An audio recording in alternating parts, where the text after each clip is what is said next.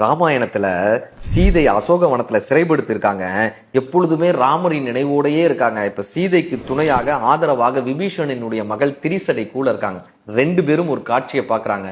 ஒரு வண்டு புழுவின் மீது மண் கூடு கட்டி தினமும் அந்த மண் கூட்டை சுற்றி சுற்றி சுற்றி சுற்றி வருகிறது.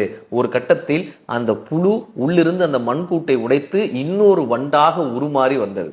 இதை பார்த்துட்டு சீதை சொல்றாங்களாம், நான் எப்பொழுதுமே ராமரின் நினைவாகவே இருக்கிறேனே, ராமரை சுற்றியே நினைவு இருக்கிறதே, இப்படியே நான் ராமரை நினைத்து கொண்டே இருந்தால் ஒருவேளை நான் இப்படி ராமராக மாறி விடுவேனோ, எப்படி ஒரு வண்டு இன்னொரு வண்டை உருவாக்கியதோ அப்படி நானே ராமராக மாறி விடுவேனோன்னு சீதை கேட்கிறாங்க. இப்ப ராமர் வந்தாருன்னா நானும் ராமரா இருந்துட்டேன்னா ரெண்டு பேரும் எப்படி ஒத்து போகணும்னு இவங்க கேட்கிறாங்க.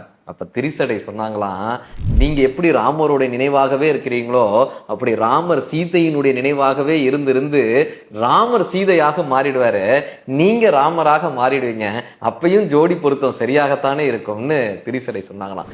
இந்த அன்பு எப்பொழுதும் கணவன் மனைவியின் நினைப்போடு இருக்கும்போது, மனைவி கணவனின் நினைவோடு இருக்கும்போது இந்த வாழ்க்கை மிக இல்லறத்தன்மையான ஒரு வாழ்க்கையாக, இன்பமான வாழ்க்கையாக இருக்கும் என்று ராமாயணம் நமக்கு கற்றுத்தருகிறது.